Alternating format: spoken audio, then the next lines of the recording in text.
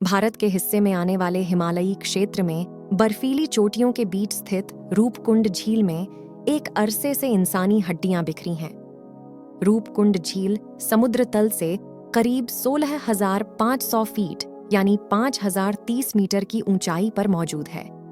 ये झील हिमालय की 3 चोटियों, जिन्हें त्रिशूल जैसी दिखने के कारण त्रिशूल के नाम से जाना जाता है, के बीच स्थित है। त्रिशूल को भारत की सबसे ऊंची पर्वत चोटियों में गिना जाता है, जो कि उत्तराखंड के कुमाऊं क्षेत्र में स्थित है। रूपकुंड झील को कंकालों की झील कहा जाता है। यहाँ इंसानी हड्डियां जहां तहां बर्फ में दबी हुई हैं। साल 1942 में एक ब्रिटिश फॉरेस्ट रेंजर ने गश्त के दौरान इस झील की खोज की थी। तकरीबन आधी सदी से मानव विज्ञानी और वैज्ञानिक इन कंकालों का अध्ययन कर रहे हैं। वहीं बड़ी संख्या में पर्यटक यहाँ आते हैं और ये झील उनकी जिज्ञासा का कारण बनी हुई है।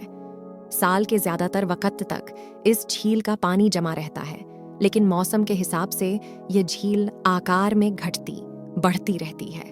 जब झील पर जमी बर्फ पिघल जाती है, तब ये इंसानी कंकाल दिखाई देने लगते हैं। कई बार तो इन हड्डियों के साथ पूरे इंसानी अंग भी होते हैं, जैसे कि शरीर को अच्छी तरह से संरक्षित किया गया हो। अब तक यहाँ 600 से 800 लोगों के कंकाल पाए गए हैं। पर्यटन को बढ़ावा देने के लिए उत्तराखंड की सरकार इसे रहस्यमयी झील के तौर पर बताती है। आधी सदी से ज्यादा वर्षों से वैज्ञानिकों ने इस झील में पड़े कंकालों का अध्ययन किया है और कई अनसुलझी पहेलियों को सुलझाने की कोशिश की है। इन मानव कंकालों को लेकर एक पुरानी कहानी यह बताई जाती है कि ये कंकाल एक भारतीय राजा, उनकी पत्नी और उनके सेवकों के हैं। 870 साल पहले ये सभी लोग एक बर्फीले तूफान का शिकार हो गए थे और यहीं दफन हो गए थे। एक अन्य थ्योरी के मुताबिक इनमें से कुछ कंकाल भारतीय सैनिकों के हैं, जो कि 1841 में तिब्बत पर कब्जा करने की कोशिश कर रहे थे और जिन्हें हराकर भगा दिया गया था। इनमें से 70 सैनिकों को हिमालय की पहाड़ियों से होते हुए वापस लौटना पड़ा और रास्ते में उनकी मौत हो गई। एक अन्य कहानी के अनुसार माना जाता है कि यह एक कब्रगाह हो सकती है, जहां किसी महामारी के शिकार लोगों को दफनाया गया होगा। इस इलाके के गांवों में एक प्रचलित लोकगीत गाया जाता है। इसमें बताया जाता है कि कैसे यहाँ पूजी जाने वाली नंदा देवी ने एक लोहे जैसा सख्त तूफान खड़ा किया, जिसके कारण झील पार करने वालों की मौत हो गई और वे यहीं झील में समा गए। भारत का दूसरी सबसे ऊंची चोटी नंदा देवी है, जिसका नाम इन्हीं देवी के नाम पर रखा गया है। कंकालों को लेकर किए गए शुरुआती अध्ययनों से पता चला है कि यहाँ मरने वाले अधिकतर लोगों की ऊंचाई सामान्य से अधिक थी।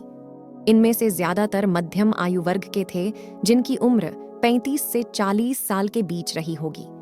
इनमें उम्र दराज महिलाओं के भी कंकाल हैं, लेकिन बच्चों का कोई भी कंकाल नहीं है। इन सभी का स्वास्थ्य अच्छा रहा होगा। साथ ही आमतौर पर यह माना जाता है कि ये कंकाल एक ही समूह के लोगों के हैं, जो कि 9वीं सदी के दौरान किसी अचानक आई किसी आपदा के दौरान मारे गए थे। 5 साल तक चली एक लंबी रिसर्च में कहा गया है कि ये सभी कयास शायद सच नहीं हैं। इस अध्ययन में भारत समेत जर्मनी और अमेरिका के 16 संस्थानों के 28 सहलेखक शामिल रहे हैं। वैज्ञानिकों ने जेनेटिक रूप से और कार्बन डेटिंग के आधार पर झील में मिले 28 इंसानी अवशेषों पर रिसर्च की। इनमें 15 महिलाओं के अवशेष शामिल हैं। इनमें से कुछ 1200 साल पहले के हैं। रिसर्चर ने पाया है कि मरे हुए लोग जेनेटिक रूप से अलग अलग हैं और उनकी मौतों के बीच में 1000 साल तक का अंतर है। अध्ययन की मुख्य लेखिका इडियोइन हार्ने हार्वर्ड यूनिवर्सिटी में पीएचडी की छात्र हैं। वे कहती हैं, इससे वे थ्योरी खारिज हो गईं जिनमें कहा गया था कि किसी एक तूफान या आपदा में ये सभी मौतें हुई हैं। वे कहती हैं, अभी भी यह साफ नहीं है कि रूपकुंड झील में आखिर क्या हुआ था, लेकिन हम ये बात जरूर कह सकते हैं कि ये सभी मौतें किसी एक घटना में नहीं हुई हैं। इससे भी ज्यादा दिलचस्प ये है कि जेनेटिक स्टडी से पता चला है कि ये लोग अलग अलग मूल के थे। मसलन इसमें एक समूह के लोगों के जेनेटिक्स मौजूदा वक्त में दक्षिण एशिया में रहने वाले लोगों जैसे ही हैं, जबकि दूसरे समूह के लोगों के जेनेटिक्स मौजूदा वक्त के यूरोप के लोगों से मिलते जुलते हैं।